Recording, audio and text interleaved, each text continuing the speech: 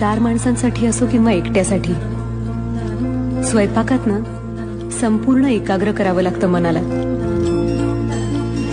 एका माणसाचं जेवण बनवायला तेवढीच मेहनत लागते जितकी 40 माणसांच्या स्वयंपाकाला. हे कधी विसरायचं नाही.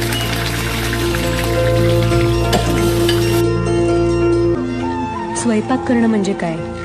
आपल्यातलं काहीतरी काढून त्या पदार्थाला देणं. तुम्ही काय द्याल तुमच्या भाजीला, तुमच्या आमटीला? मी ना माझ्या मनातलं सगळं सांगते माझ्या पदार्थांना. ते समजून घेतात आपल्याला आणि मग चव येते त्यांना. चांगल्या पदार्थाची पहिली खूण असते त्याचा वास. नाही,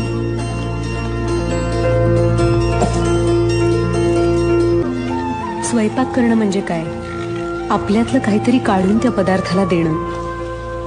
तुम्ही काय द्याल तुमच्या भाजीला,